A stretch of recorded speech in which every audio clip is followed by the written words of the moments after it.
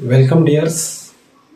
How are you? आप लोग कैसे हैं? तो मुझे आशा है और विश्वास है कि आप लोग अच्छे होंगे और हंसते होंगे, खेलते होंगे, मुस्कुराते होंगे। तो स्टूडेंट्स, आज क्लास 12 का फिजिक्स में मैं बताने वाला हूँ कूलॉम के नियम का सदिश स्वरूप। ठीक है, जिसमें पिछले वीडियो में मैंने बताया था कूलॉम का नियम, जिसमें कूलॉम का नियम F = 1/4πε0 और Q1 Q2/r² होता है। उसी को हम लोग क्या करेंगे, उसका सदिश निरूपण करेंगे। तो बच्चों आइए इसको हम लोग स्टार्ट करते हैं। तो स्टूडेंट्स यहाँ पे देखेंगे कि कूलॉम के नियम का सदिश स्वरूप Coulomb's law in vector form. ठीक है, इसको वेक्टर फॉर्म में कैसे हम लोग डिनोट करेंगे। तो स्टूडेंट्स यहाँ पे हमारा x है और यहाँ पे O मूल बिंदु हो जाएगा और ये y है और ये आपका z है। तो स्टूडेंट्स यहाँ पे हमने दो पॉइंट ले लिया हुआ है। अब दोनों पॉइंट पे एक को हम मान लेते हैं Q1 एक आवेश हो जाएगा, एक पॉइंट पर मान लेते हैं Q2 आवेश है। ठीक है, इन दोनों आवेशों को हम क्या करते हैं, ऐसे मिला देते हैं और इसको जो है हम मूल बिंदु O से जो है इस Q1 को हम क्या करते हैं, मिला देते हैं। मूल बिंदु O से जो है हम Q2 को भी क्या करते हैं, मिला देते हैं। ठीक है, अब इसका स्थिति सदिश जो है ये O से और Q का स्थिति सदिश हमारा क्या हो जाएगा, तो वेक्टर हो जाएगा R1 हो जाएगा। इसी प्रकार इसका स्थिति सदिश वेक्टर R2 हो जाएगा। ओके, तो स्टूडेंट्स इतना आपको समझ में आ गया होगा। इसको हम लोग डिनोट कर दे रहे हैं A और इसको डिनोट कर दे रहे हैं B। तो स्टूडेंट्स हमने क्या किया, हमने क्या लिया, एक बिंदु लिया जो ये आपका बिंदु A है और एक आपका दूसरा क्या है, B है। बिंदु A पर जो है Q1 आवेश है और बिंदु B पर जो है Q2 आवेश है। और A मूल बिंदु O से और A का जो है ये आपका स्थिति सदिश क्या है आपका, तो वेक्टर R1 है। इसका स्थिति सदिश क्या है, तो वेक्टर R2 है। इतना आपको क्लियर होगा। उसके बाद स्टूडेंट्स यहाँ पे जो है ये Q1 आवेश जो है Q2 पर क्या लग रहा है, बल लगा रहा है। यानी Q1 जो है इसको ये धक्का लगाएगा तो इसका डायरेक्शन कैसे हो जाएगा, तो इसका डायरेक्शन फॉर्म ऐसे होगा। ठीक है, तो इसको हम लोग कैसे लिखेंगे, तो यहाँ पे लिखेंगे वेक्टर फॉर्म में। कैसे लिख सकते हैं, तो लिख सकते हैं कि 1 जो लगा रहा है किसके, तो 2 की तरफ, तो 1 से 2 हो जाएगा। इसको हम लोग ऐसे लिख सकते हैं। ओके, ये आपका एक तरह से क्या है, डिस्टेंस, यानी डिस्टेंस के मतलब यानी इसका दूरी है। ठीक उसी प्रकार से इसका ये डायरेक्शन, ये तो इसके डायरेक्शन हो गया। अब इसका डायरेक्शन इधर होगा, तो इसका जब डायरेक्शन इधर होगा तो इसको हम लोग ऐसे कर सकते हैं। इसको हम लोग क्या ले सकते हैं, यानी जो Q2 जो है Q1 पर क्या लगा रहा है, फोर्स लगा रहा है, बल लगा रहा है, इसको धक्का दे रहा है, तो इसका डायरेक्शन क्या हो जाएगा, तो इसका डायरेक्शन आप लोग वेक्टर फॉर्म में ऐसे ले सकते हैं। इसका डिस्टेंस क्या ले सकेंगे, R12 ले सकते हैं। ओके स्टूडेंट्स, अब यहाँ पे जो फोर्स लगाएगा तो ऐसे इसको हम लोग क्या ले सकते हैं, वेक्टर क्या ले सकते हैं, F क्या लगा रहा है, तो ये 2 1, यानी 1 जो है 2 को लगा रहा है, यानी ये Q1 आवेश जो है Q2 को लगा रहा है। तो इसको हम वेक्टर फॉर्म में कैसे लिखेंगे, 1 यानी 2 को लगा रहा है। ठीक इसी प्रकार से इधर हम क्या करेंगे, यहां भी हम लोग लिख सकते हैं। इसको हम लोग ऐसे लिखेंगे क्या, तो वेक्टर फॉर्म में क्या लिखेंगे, F ये 2 जो है 1 को भी क्या लगा रहा है, फोर्स लगा रहा है, धक्का लगा रहा है। तो स्टूडेंट्स लगभग ये आपको क्लियर हो गया होगा। अब आइए स्टूडेंट्स हम लोग क्या करेंगे, इसको हम लोग लिखने का प्रयास करेंगे। तो यहां पे लिखेंगे, माना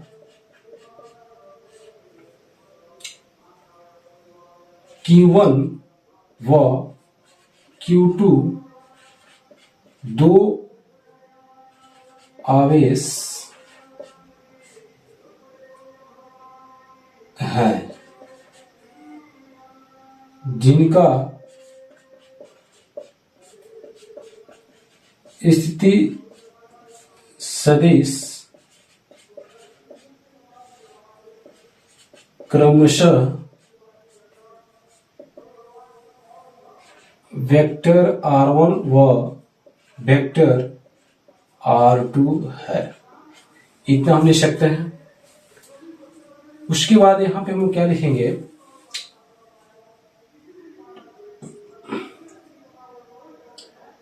कूलाम का यहाँ पे हम नियम नहीं दे रहे हैं। कूलाम का नियम क्या होता है?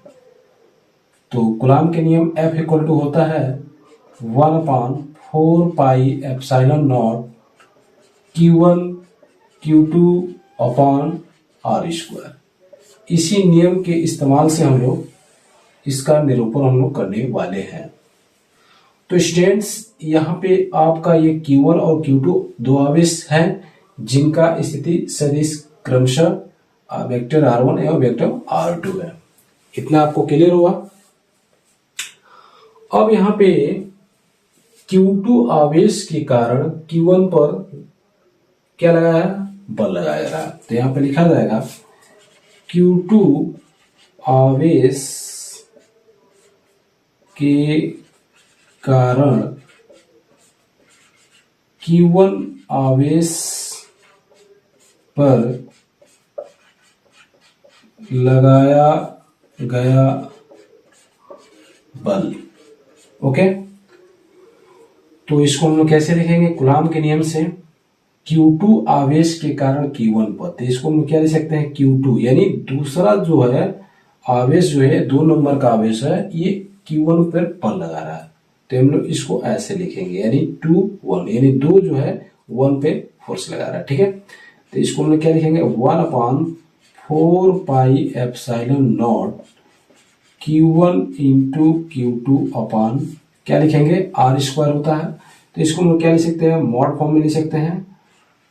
वेक्टर क्या लिख सकते हैं?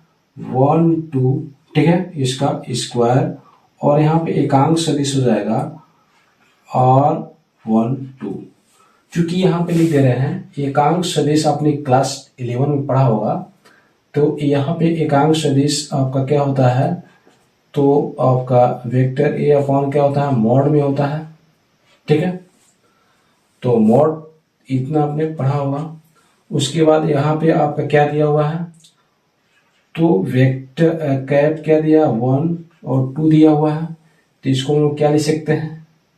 वेक्टर R1 2 अपॉन मॉड में वेक्टर R1 2। ठीक है, इतना लिख सकते हैं। तो इसको हम लोग यहाँ पे बढ़ा सकते हैं, बराबर में क्या लिख सकते हैं? 1/4πε0 Q1 Q2 अपॉन क्या लिख सकते हैं? तो अपॉन में लिख सकते हैं वेक्टर R1 2 का ये आपका क्या दिया हुआ है? स्क्वायर दिया हुआ है।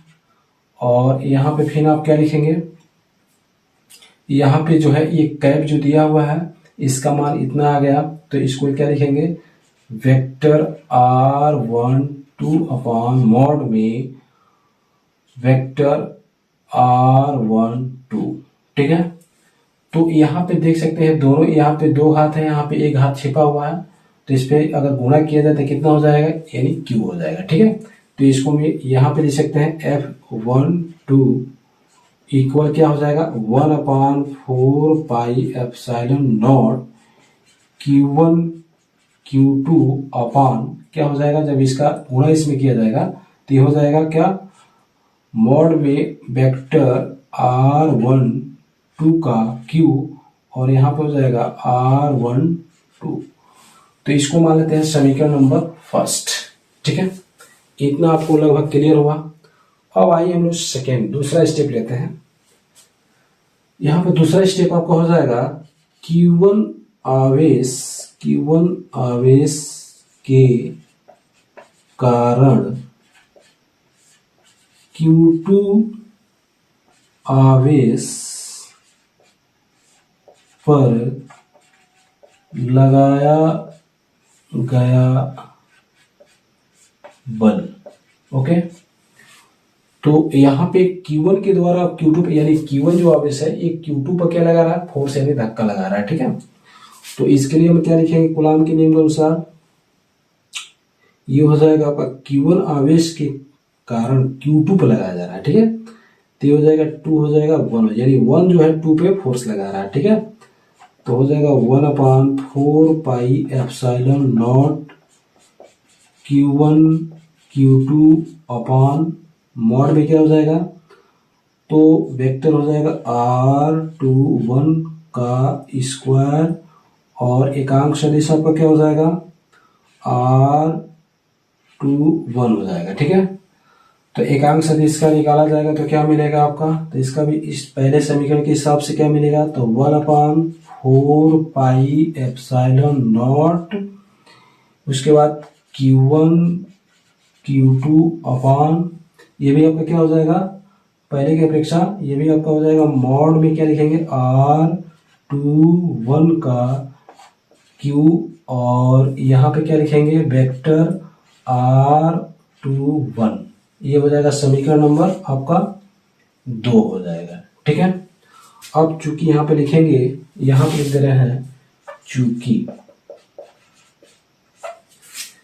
चूंकि जब यहाँ पे दोनों का विपरीत दिशा है तो यहाँ पे लिख सकते हैं क्या, इसको हम लोग ले सकते हैं vector 1 2 equal minus vector R21। ठीक है, ये क्यों है, क्योंकि इसका डायरेक्शन क्या है विपरीत है, एक इधर लगा रहा है और एक इधर था, यानी ये Q2 जो है Q1 को धक्का दे रहा है और इसका डायरेक्शन जो है, इसका डायरेक्शन इधर है, इसका डायरेक्शन इधर है। तो जब विपरीत होगा तो क्या होगा, न्यूटन के तृतीय नियम लागू होगा, यानी माइनस होता है। ठीक है, आपने क्लास 11 में और 9th में आपको बताया गया होगा। ठीक है, न्यूटन के तृतीय नियम के अनुसार।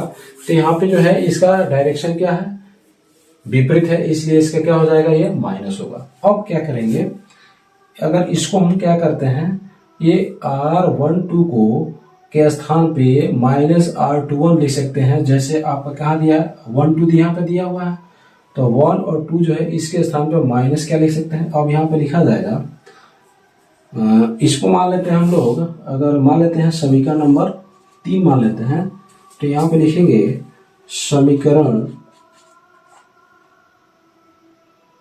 3 का मान समीकरण 1 में रखने पर। ओके, तो जब रखा जाएगा तो ये आपका मिलेगा F12 इक्वल 1/, ये लिखेंगे कहाँ से निकल, यहाँ पे निकला हुआ है, तो यहाँ पे लिखेंगे 1/4 pi epsilon not Q1 Q2 अपान क्या दिया हुआ है, तो R12 वेक्टर दिया हुआ है, इस पे क्या है Q है, और यहाँ पे देखिए यहाँ पे दिया 1 2 दिया है, तो 1 2 किसके बराबर है -R21, तो इसके जगह पे हम क्या लिखेंगे, लिख सकते हैं माइनस लिखते हैं R12। ठीक है, इतना हमने लिख लिया। अब देखिए क्या किया जाएगा, इसका तो मान है ना, इतना दिया है कि नहीं दिया है, दिया है ना, तो इसको हम लोग क्या लिख सकते हैं, इसका ये इतना दिया हुआ है। ठीक है, तो यहाँ पे लिखा जाएगा, इसको मान लेते हैं हम लोग समीकरण नंबर 4 कर लेते हैं। ठीक है, 4 और 2 को क्या किया जाए, तुलना करने पर 4 और 2 का तुलना, यहाँ पे लिखेंगे समीकरण 4 व 2 से। ठीक है, समीकरण 4 व 2 से क्या मिलेगा, तो आपका मिल जाएगा F वेक्टर 1 2 इक्वल, चूंकि इसका मान दिया माइनस में है, ये दिया है कि नहीं दिया है, तो इसको ये दिया है। ठीक है, सॉरी ये आपका दिया हुआ है, तो इसको ले सकते हैं यहाँ पे क्या -F21, क्या ले सकते हैं F21, क्योंकि इसकी दिशा क्या है विपरीत है, लेकिन परिणाम क्या है, जो परिणाम है वो क्या है आपका बराबर है, लेकिन दिशा क्या है विपरीत है। तो ये किस पे लागू होता है, तो न्यूटन के तृतीय नियम पे लागू होता है। तो न्यूटन का क्रिया और प्रतिक्रिया का नियम यहाँ पे लागू होता है, तो इससे आपको स्पष्ट हो जाता है, यही आपको प्रूव करना था। ठीक है, तो इसमें अगर कोई भी डाउट होता है तो आप जो है अपना राय कमेंट बॉक्स में दे सकते हैं, कोई भी दिक्कत होता है तो आप बिंदास पूछ सकते हैं। ठीक है, तो बस आज के लिए इतना ही। ओके, थैंक्स, मिलते हैं नेक्स्ट वीडियो में, तब तक के लिए जय हिंद जय भारत। वंदे मातरम।